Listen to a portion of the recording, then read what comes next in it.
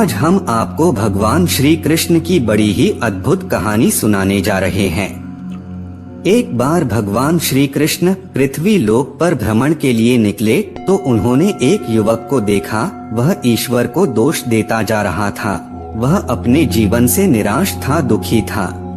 तब भगवान श्री कृष्ण बौद्ध भिक्षु का रूप धारण करके उस युवक को असली दुख के बारे में ज्ञान देते हैं। तो चलिए इस कहानी के माध्यम से समझते हैं कि असली दुख क्या होता है। अगर आप यह कथा सुन रहे हैं तो पूरा सुनिए। इस कथा को आधा अधूरा छोड़कर जाने की गलती मत करिएगा, क्योंकि इस पवित्र कथा को पूरा सुनने से मनचाहे फल की प्राप्ति होगी। इसलिए इस कथा को पूरा सुने। अगर आप सच्चे कृष्ण भक्त हैं तो कान्हा का अनादर ना करें।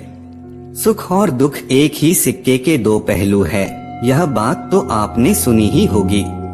सुख और दुख हमारे जीवन में लगातार आते ही रहते हैं और हमें लगता है कि हमारे जीवन में हजारों दुख है, हजारों समस्याएं हैं। लेकिन अगर आप वास्तविक तौर पर देखें, अगर आप इस बात को अच्छी तरह से समझें, तो आप यह समझ पाएंगे कि हमारे जीवन में केवल एक ही दुख होता है। और वो दुख क्या है, वो हम इस कथा के माध्यम से जानेंगे।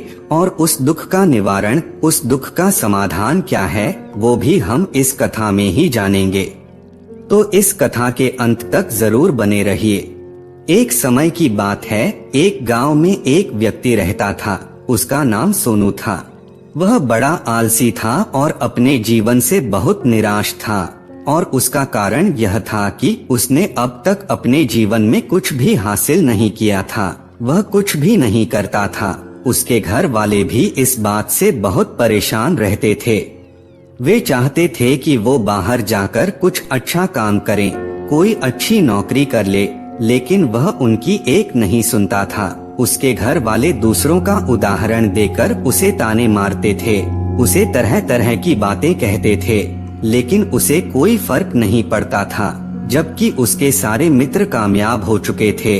कोई अच्छा व्यापार कर रहा था तो कोई अच्छी नौकरी कर रहा था, जिस कारण जब भी वे लोग मिलते तो वे लोग बढ़ चढ़कर अपनी बढ़ाई किया करते।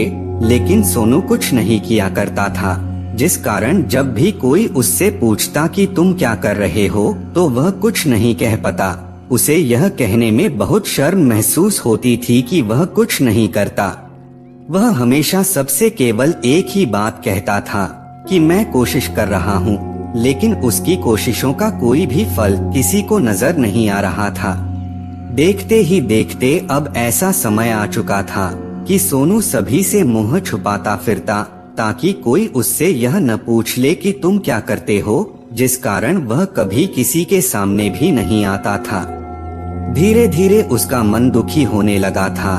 वह बहुत निराशा रहने लगा था। उसे अब ऐसा प्रतीत होता था मानो वह इस धरती पर बोझ है, जिस कारण वह अपने आप को बहुत अकेला महसूस करता, बहुत तन्हा महसूस करता। एक दिन तो उसके मन में यह भी विचार उत्पन्न होने लगे कि मेरे हाथों में कुछ नहीं है तो मैं क्या कर सकता हूँ। अकेले बैठकर वह रोता रहा और भगवान को दोष देता रहता। एक दिन छुपता छुपाता वह घर से निकलकर कहीं जा रहा था। तभी उसने रास्ते में देखा कि एक बौद्ध भिक्षु लोगों को प्रवचन दे रहे हैं और प्रवचन में वह दुख की बातें कर रहे हैं। सोनू कुछ देर के लिए अपना मुंह छुपाकर वहीं पर खड़ा हो गया, ताकि उसे कोई देख ना ले, और चुपचाप वो उन बौद्ध भिक्षु की बातें सुन रहा था। बौद्ध भिक्षु सभी को प्रवचन में कह रहे थे कि दुख हमारा सबसे बड़ा साथी है। हमें दुख अपने जीवन के बारे में समझता है और हमें सही से जीने का तरीका बताता है। यह हमारे गुरु की तरह है, जिससे हमें सीखना चाहिए। आप चाहे तो अपने जीवन में अपने दुखों को अपना गुरु बना सकते हैं और उससे सीख सकते हैं, या फिर आप चाहे तो अपने दुखों पर बैठकर रो सकते हैं। लेकिन इससे आपको कोई लाभ नहीं मिलेगा, बल्कि आप दिन ब दिन और कमजोर होते जाएंगे, निराश होते जाएंगे। सोनू छुप छुप कर उन बौद्ध भिक्षु की ये सारी बातें सुन रहा था। जैसे ही उपदेश खत्म हुआ, वह उन बौद्ध भिक्षु के पास पहुंचा। उन्हें प्रणाम करके वह कहता है, हे महात्मा, अभी आप कुछ देर पहले दुख को गुरु बता रहे थे। आप कह रहे थे कि दुखों से हमें सीखना चाहिए, हमें उन्हें अपना गुरु बनाना चाहिए। लेकिन मैं भी तो अपने दुखों से परेशान हूँ, अपने जीवन से परेशान हूँ। मैंने अब तक जो दुख झेला है, मुझे तो कभी ऐसा प्रतीत नहीं हुआ कि मेरे दुख मुझे कुछ सिखा रहे हैं, बल्कि मुझे तो हमेशा यही लगता है कि वो मुझे पीड़ा दे रहे हैं, तकलीफ दे रहे हैं। और दुख की पीड़ा बहुत भयंकर होती है। ऐसा लगता है अब इसके बाद हमारा जीवन समाप्त हो जाएगा, इसके बाद हमें कुछ नहीं मिलने वाला। यहाँ तक कि हमें मृत्यु भी उसके सामने कम लगती है। जब लोग ताने मारते हैं, जब लोग यह कहते हैं कि तुम क्या कर रहे हो, तो मन को बहुत ठेस पहुँचती है और मैं उनसे कुछ नहीं कह पाता। सोनू की ये सारी बातें सुनकर वह बौद्ध भिक्षु सोनू से कहते हैं, बेटा तुम्हें क्या दुख है और तुम दुख के बारे में ऐसी बातें क्यों कर रहे हो। सोनू ने अपने ऊपर बीती हुई सारी बातें उन बौद्ध भिक्षु को बता दी और कहने लगा, हे महात्मा, क्या आपके पास मेरे दुख का कोई समाधान है। सोनू की यह बात सुनकर वो बौद्ध भिक्षु मुस्कुराने लगे और सोनू से कहते हैं, बेटा जब तुम्हारे जीवन में कोई असली दुख आए तब तुम मेरे पास आना, मैं उसका समाधान तुम्हें अवश्य बताऊंगा। उन बौद्ध भिक्षु की ये बात सुनकर सोनू थोड़ा सा अचरज में पड़ गया। उसे यह समझ नहीं आ रहा था कि क्या उसने अब तक जो दुख झेला है वह असली दुख नहीं है। उसने जो अब तक पीड़ाएं सही है, जो ताने सहे हैं, जो तकलीफें उठाई है, क्या वह असली दुख नहीं है। आगे वह मन ही मन खुद से कहता है कि जब मुझे मेरे अपने ही नहीं समझ पाए तो ये बौद्ध भिक्षु मुझे क्या समझेंगे। इतना सोचकर वह वहां से चला गया। सभी लोगों के ताने सुन सुनकर सोनू बहुत थक चुका था, बहुत निराश हो चुका था, जिस कारण उसने निर्णय लिया कि वह अब कुछ करके दिखाएगा। उसने अपने पिता से थोड़ा सा धन लिया और उस धन से उसने एक व्यापार शुरू किया। उसके पिता बहुत खुश थे कि कम से कम मेरा बेटा कुछ करने का प्रयास तो कर रहा है, लेकिन उसे व्यापार में कोई सफलता नहीं मिल रही थी, जिस कारण वो बहुत ही हताश हो चुका था। उसे ये समझ नहीं आ रहा था कि वह क्या करे, किस तरह से अपने व्यापार को आगे बढ़ाए। तभी उसके पिता ने उससे कहा, बेटा कोई बात नहीं, इसी तरह से प्रयास करते रहो, आज नहीं तो कल सफलता अवश्य मिलेगी। सोनू ने अपने पिता की बात मानी और अपने व्यापार में और भी कड़ी मेहनत करने लगा। धीरे धीरे उसे सफलता मिलने लगी और फिर उसने रफ्तार पकड़ ली। देखते ही देखे केवल 3 सालों के अंदर वह एक बहुत बड़ा व्यापारी बन गया।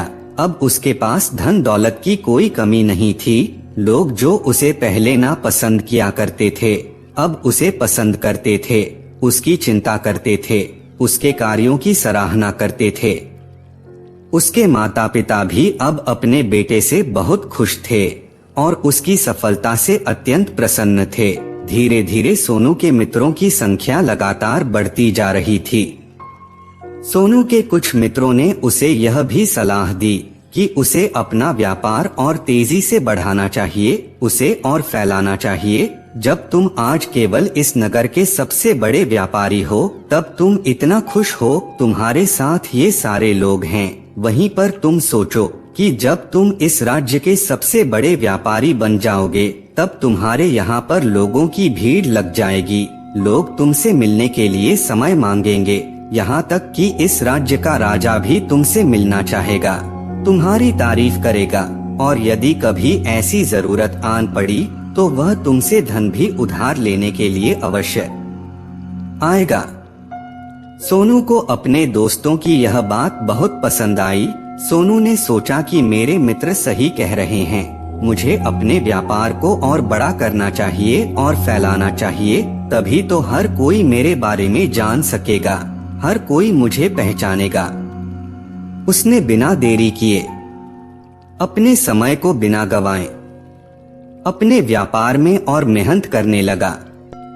लेकिन अब की बार उसके मन में धैर्य नहीं था, जिस कारण उसने कुछ अनुचित कदम उठाए ताकि उसका व्यापार जल्दी से जल्दी और बड़ा हो जाए। उसने कई लोगों से अधिक मात्रा में धन उधार ले लिया, जिससे उसके ऊपर अब काफी ऋण हो चुका था। और इतना ही नहीं, वो यहाँ तक नहीं रुका, उसने अधिक से अधिक मुनाफा कमाने के चक्कर में अपने माल की गुणवत्ता को भी खराब कर दिया, जिससे अब उसके माल में वह बात नहीं रह गई थी जो पहले हुआ करती थी।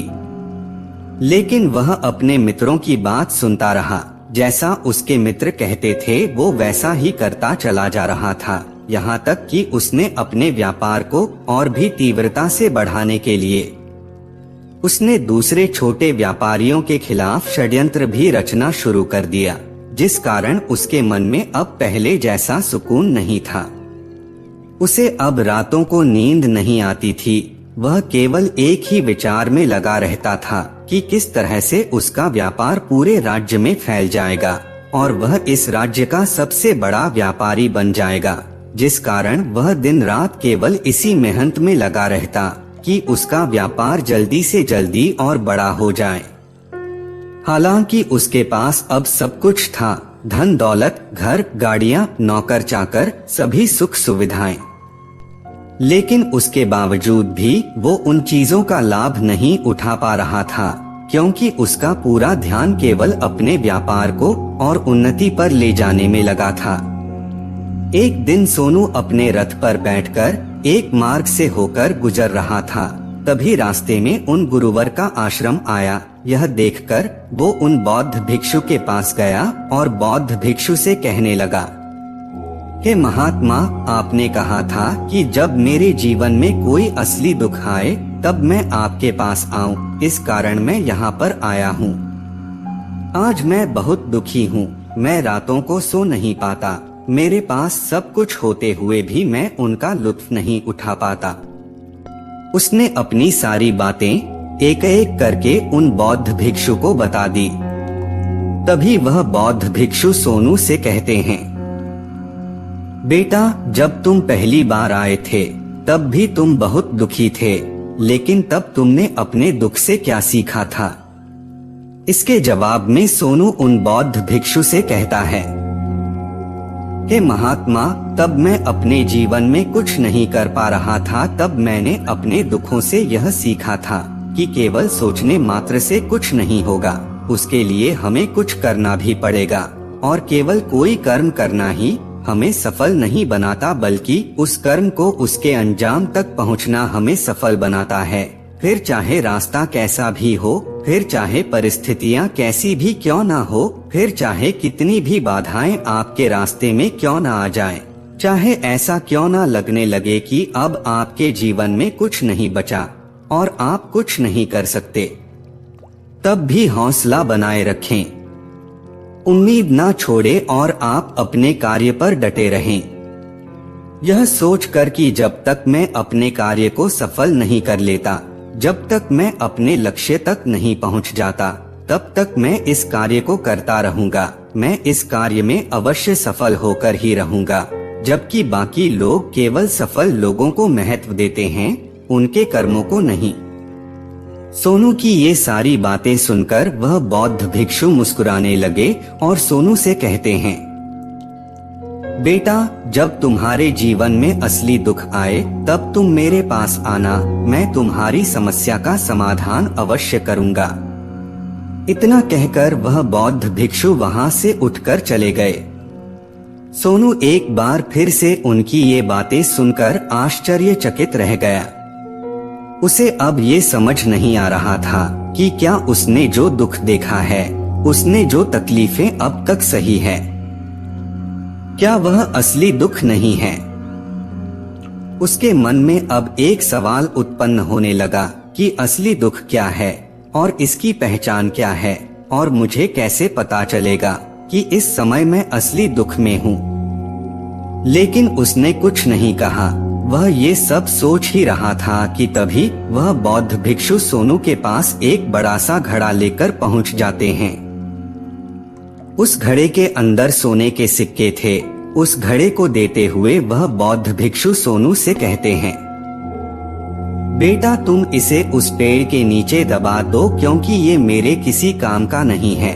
जब मुझे इसकी जरूरत पड़ेगी तब मैं वहाँ से खोदकर इसे निकाल लूंगा, लेकिन अभी के लिए इसे वहाँ पर मिट्टी के नीचे दबा दो।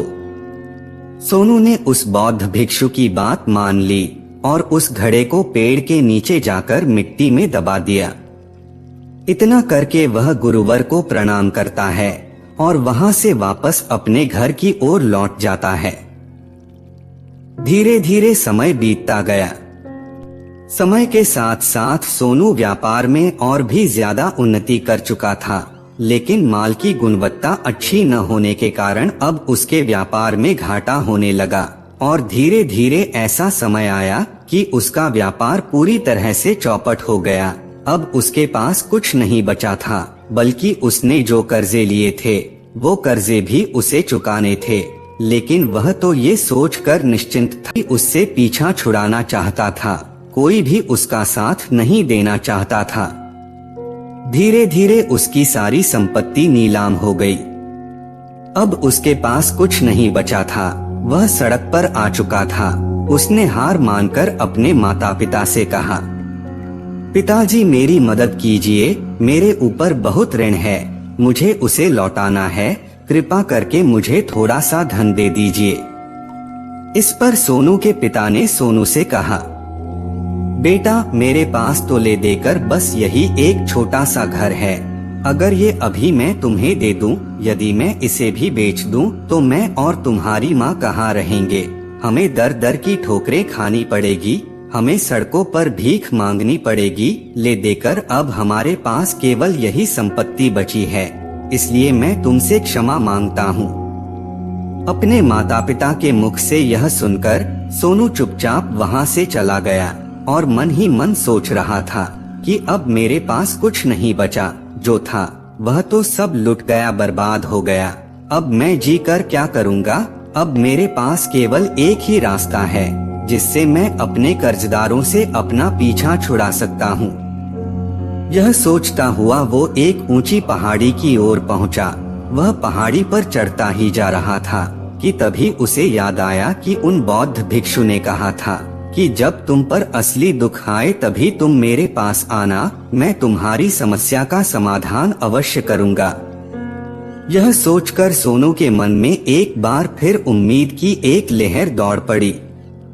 सोनू तुरंत दौड़ता हुआ उन बौद्ध भिक्षु के पास पहुंचा और सोनू ने उन्हें प्रणाम करके अपने ऊपर बीती हुई हर एक बात उन्हें बता दी और कहने लगा कि महात्मा, आपने कहा था कि जब मेरे ऊपर असली दुख आएगा तब आप उसका समाधान अवश्य करेंगे।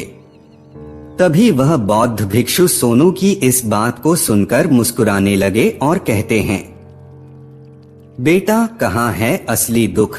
जब तुम्हारे जीवन में असली दुख आएगा तो मैं उसका समाधान अवश्य करूँगा। उन बौद्ध भिक्षु के मुख से यह सुनकर सोनू के सब्र का बांध टूट गया और सोनू ने उन बौद्ध भिक्षु से कहा, है महात्मा, आखिर ये असली दुख होता क्या है? क्या मैंने आज तक जो भी दुख झेला है, जो भी तकलीफें आज तक मैंने सही है, क्या ये दुख नहीं है? क्या इसे दुख नहीं कहते? तभी वो बौद्ध भिक्षु सोनू से कहते हैं, बेटा पहले तुम मुझे ये बताओ कि तुमने अपने दुख से क्या सीखा?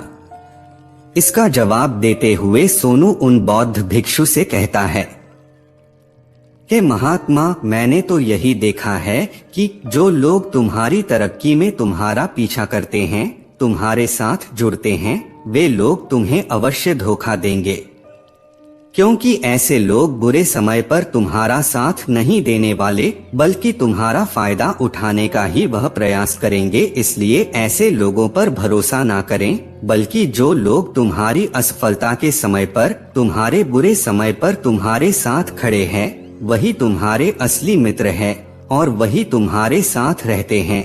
और ऐसे लोग तुम्हें बहुत कम मिलते हैं, और जिन्हें ऐसे लोग मिलते हैं उन्हें हमेशा उनकी कदर करनी चाहिए। आगे सोनू उन बौद्ध भिक्षु से कहता है कि जब तुम कोई कार्य कर रहे हो तो उसे पूरी ईमानदारी से करो, धैर्य रखो, लालच ना करो और अपने लक्ष्य तक पहुंचने के लिए किसी के लिए भी कोई षड्यंत्र ना रचो, क्योंकि ऐसा करने से तुम्हारे साथ ही बुरा होगा और तुम हमेशा नुकसान में रहोगे। सोनू की सारी बातें सुनकर बौद्ध भिक्षु उस पेड़ के पास पहुँचे। उन्होंने गड्ढा खोदा और वह घड़ा निकालकर सोनू के हाथ में थमा दिया, जिसमें सोने के सिक्के भरे हुए थे। वह घड़ा सोनू के हाथ में थमाते हुए उन बौद्ध भिक्षु ने कहा, लो इसे पकड़ो और जब तुम्हारे जीवन में असली दुख आए तब तुम मेरे पास आना, मैं उसका समाधान अवश्य करूंगा। सोनू अब भी बड़ी अचरज में था। उसे ये समझ नहीं आ रहा था कि आखिर ये असली दुख है क्या। लेकिन उसने अपने हाथों में पड़े हुए उस घड़े को देखा जिसमें सोने के सिक्के थे और यह देखकर उसे मन ही मन लगा कि चलो अब थोड़ी सी राहत अवश्य हो जाएगी, मैं अपने मित्रों का वो कर्ज लौटा सकता हूँ और एक नया व्यापार भी फिर से आरंभ कर सकूंगा। उसने उन बौद्ध भिक्षु को प्रणाम किया, उनका धन्यवाद किया और वहां से चला गया। सोनू ने उन सोने के सिक्कों से सभी का कर्जा लौटा दिया और अपने लिए एक बार फिर से नया व्यापार शुरू किया। व्यापार छोटा था, लेकिन अब की बार सोनू बहुत खुश था। उसने पूरी ईमानदारी, मेहनत और लगन के साथ अपने व्यापार पर काम किया और देखते ही देखते एक बार फिर से वो एक बड़ा व्यापारी बन गया। इस बार उसने कोई लालच नहीं किया और न ही किसी के लिए कोई षड्यंत्र रचा, बल्कि पूरी ईमानदारी और मेहनत के साथ अपने व्यापार पर काम किया। लेकिन जैसे जैसे आप धनी होते जाते हैं, जैसे जैसे आप अमीर बनते जाते हैं, आपके मन में एक डर और उत्पन्न होने लगता है और वो है अपनी दौलत को ना खो देना, जिस कारण लोग दान करना शुरू कर देते हैं, पुण्य करना शुरू कर देते हैं, लोगों की मदद करते हैं ताकि उनके जीवन में कभी कोई दुख ना आए। लेकिन यह जीवन सुख और दुख का संगम है, जिस कारण हर किसी को सुख और दुख से होकर गुजरना ही पड़ता है। इसी वजह से एक बार फिर से सोनू के जीवन में एक और दुख उत्पन्न हुआ। अब की बार उसके माता और पिता दोनों की मृत्यु हो गई। सोनू अपने माता पिता से बहुत प्रेम करता था, जिस कारण उसके मन को बहुत गहरा आघात पहुंचा। जब आखिरी बार वह उन्हें देख रहा था तो उसके मन में हजारों सवाल उत्पन्न होने लगे। वह अपने घर लौटा। घर लौटकर उसने देखा कि जिस संपत्ति के लिए वे हमेशा लड़ते झगड़ते रहते थे, आज उसकी देखभाल के लिए कोई नहीं था। उसके माता पिता ने जो भी मेहनत की, जो भी अपने जीवन में इकट्ठा किया, सब यहीं रह गया। लेकिन अब सब कुछ खत्म हो चुका था और सोनू का मन अब बहुत बेचैन हो रहा था। उसके मन में हजारों सवाल उत्पन्न हो रहे थे और वह अपने आप को बहुत अकेला महसूस कर रहा था। उसे बहुत खाली सा महसूस हो रहा था। उसने इधर उधर देखा, लेकिन उसे कुछ समझ नहीं आया। तभी उसे उन बौद्ध भिक्षु की याद आई। फिर वो तुरंत ही भागा भागा उन बौद्ध भिक्षु के पास पहुंचा। उसे देखते ही उन बौद्ध भिक्षु ने सोनू से सवाल किया, क्या बात है बेटा, क्या कोई फिर से दुख आन पड़ा? तभी सोनू ने कहा, नहीं गुरुदेव, अब तो सब ठीक है, लेकिन आज मेरे माता पिता की मृत्यु हो गई और मैं बहुत अकेला महसूस कर रहा हूँ। मैं बहुत दुखी महसूस कर रहा हूँ, जैसे कुछ खाली सा है, जैसे कुछ अकेलापन सा है। तभी वो बौद्ध भिक्षु सोनू से कहते हैं, बेटा, इसमें दुखी होने वाली बात क्या है? यह तो जीवन है, एक दिन तो सभी को जाना है। यहाँ पर कोई भी रहने नहीं आया और ना ही कोई रहेगा। हम सब एक न एक दिन मृत्यु को प्राप्त हो ही जाएंगे और मृत्यु कब आएगी यह किसी को नहीं पता। हो सकता है कि तुम्हारी मृत्यु कल ही हो जाए या फिर आज और अभी। यह सुनकर सोनू आश्चर्यचकित रह गया। उसने उन बौद्ध भिक्षु से कहा कि महाराज, आप यह क्या कह रहे हैं? मैं तो अभी जवान हूँ और मुझे तो अभी अपनी पूरी उम्र जीना है। मैं तो जीना चाहता हूँ, कुछ करना चाहता हूँ, और आप कह रहे हैं कि मैं कभी भी मृत्यु को प्राप्त हो सकता हूँ। इस पर वो बौद्ध भिक्षु सोनू से कहते हैं, बंदे, इस भ्रम में मत रहना कि मृत्यु केवल बूढ़ों को आती है। बूढ़ों के सामने तो उनके जवान बच्चे तक मार जाते हैं। मृत्यु कभी किसी की उम्र देखकर नहीं आती और ना ही किसी को बताकर आती है। उन बौद्ध भिक्षु के मुख से ये सारी बातें सुनकर सोनू और भी ज्यादा बेचैन हो गया और वो चुपचाप वहाँ से चला गया। उसके मन का वह खालीपन अब भी वैसा ही था। वह अपने आप को बहुत अकेला महसूस कर रहा था। उसके बाद से उसका मन अपने व्यापार में भी नहीं लगता। जब भी वह कोई कार्य करता तो उसके मन में ढेर सारे प्रश्न उठने लगते। वह क्या कर रहा है, क्यों कर रहा है, और उसने इस कार्य को क्यों किया। उसके मन में अब एक और प्रश्न उत्पन्न होने लगा था, क्या हम यहाँ पर केवल इसीलिए आते हैं कि इस जीवन को भोगे और एक दिन मृत्यु को प्राप्त हो जाए। वो यह समझ नहीं पा रहा था कि जीवन का असली मतलब क्या है। उसने कई विद्वानों से पूछा, अपनी तरफ से जो मुमकिन हो सकता था खोजबीन की, लेकिन उसे कोई जवाब नहीं मिल पा रहा था। और जब उसे कोई जवाब नहीं मिला तो उसका दुख और भी बढ़ गया, जिस कारण उसके मन की बेचैनी और भी बढ़ चुकी थी और उसे यह समझ नहीं आ रहा था कि वह क्या करे, कहाँ जाए, किससे पूछे। तभी उसे फिर से उन बौद्ध भिक्षु की याद आई। वह एक बार फिर से उन बौद्ध भिक्षु के पास पहुंचा और उसने अपने मन की सारी बातें उन गुरुवर को बता दी। तभी वह बौद्ध भिक्षु मुस्कुराने लगे और सोनू से कहते हैं, बेटा, आज पहली बार तुम्हारे जीवन में असली दुख उत्पन्न हुआ है। वास्तव में तो यही है जिसे हम दुख कह सकते हैं। जो दुख कहलाने लायक है कि हमें पता ही नहीं हम क्या कर रहे हैं, कहाँ जा रहे हैं, क्यों जा रहे हैं, वो कौन है, क्या है, क्यों है, हम क्या करना चाहते हैं। तभी सोनू ने कहा, हे महात्मा, मेरे इस दुख का समाधान कीजिए, मुझे इस दुख का निवारण दीजिए।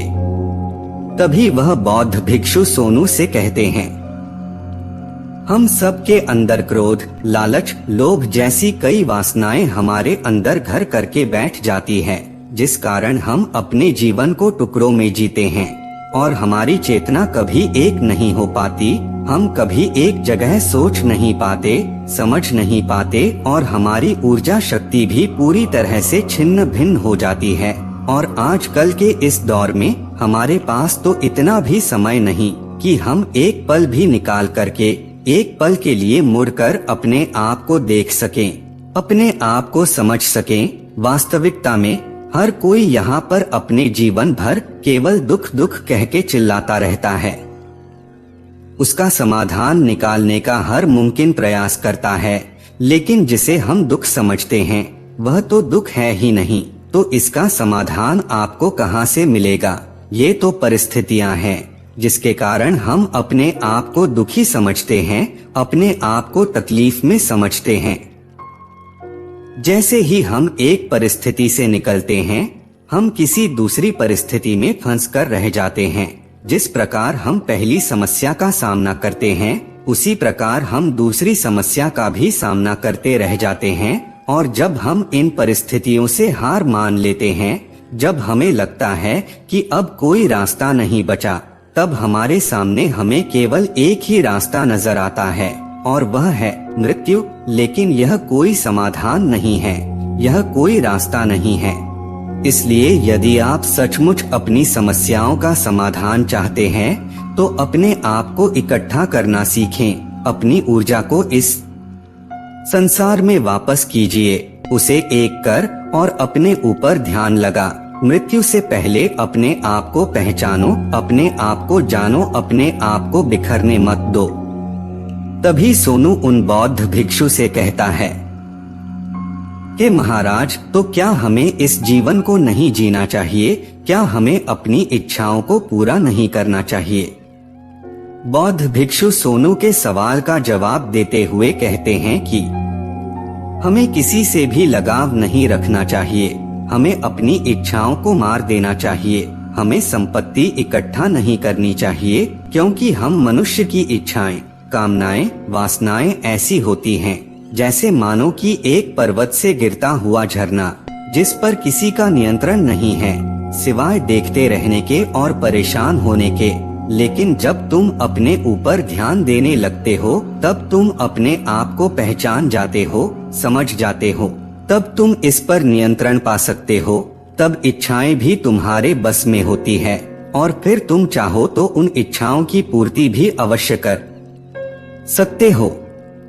गुरुदेव की ये सारी बातें सुनकर सोनू ने गुरुदेव से कहा, हे महाराज, आपका बहुत बहुत धन्यवाद। आपने मेरी सबसे बड़ी समस्या का समाधान आज कर दिया है। मैं आज से अपने आप को एकत्रित करूंगा। गुरुदेव, मानव शरीर में बहुत ऊर्जा है, बहुत शक्ति है, पर वह बेकार के कामों में लग जाती है, जिस कारण हमारा जीवन भी बेकार की चीजों में लगा रहता है। लेकिन हम कभी भी इस पर अपना ध्यान नहीं देते। हम कभी भी अपनी ऊर्जा को केंद्रित नहीं करते, अपने ऊपर कभी ध्यान नहीं देते। हमारा जीवन भी कुछ ऐसा ही है। हम अपने जीवन में हमेशा अपने आप से, ऊपर वाले से सवाल करते रहते हैं कि हमारे जीवन में इतना दुख क्यों है। हम सभी के मन में यह सवाल तो अवश्य ही उठता है, और इसका जवाब है कि वह ईश्वर यह चाहता है कि हम अपने जीवन के अंतिम दुख तक पहुंच सके, उस गहराई तक पहुंच सके जहां पर हमें यह पता चल सके कि हमने अभी तक अपने आप को नहीं जाना, अपने आप को नहीं पहचाना। मानव शरीर के अंदर जो ऊर्जा है, जो शक्ति है, उसके बारे में हम अभी तक नहीं जानते। हम अपने आप को चाहे तो एकत्रित कर सकते हैं, अपने आप पर नियंत्रण पा सकते हैं, लेकिन हम अपनी इस ऊर्जा का व्यर्थ उपयोग करते रहते हैं, व्यर्थ की चीजों में लगा देते हैं, जिस कारण हम अपने आप को कभी नहीं पहचान पाते और ना ही कभी अपने आप पर नियंत्रण पा सकते हैं। लेकिन यदि आप अपने आप को जानना चाहते हैं, अपने आप को पहचानना चाहते हैं, तो पहले आपको खुद को एकत्रित करना होगा, अर्थात ध्यान लगाना होगा। ध्यान से ही आप अपने दुखों की उन समस्याओं का समाधान निकाल सकते हैं, और तभी आप अपने आप को पहचान सकते हैं, जान सकते हैं, और अपने जीवन के हर दुखों का समाधान भी कर सकते हैं। मित्रों, इस वीडियो में मुझसे कोई त्रुटि हुई हो तो मैं क्षमा चाहता हूँ। उम्मीद है आपको यह वीडियो अच्छी लगी होगी। अगर आप भगवान श्री कृष्ण के सच्चे भक्त हैं तो चैनल को सब्सक्राइब और वीडियो को लाइक करके कमेंट में जय श्री राधे कृष्ण अवश्य लिखें। जय श्री राधे कृष्ण।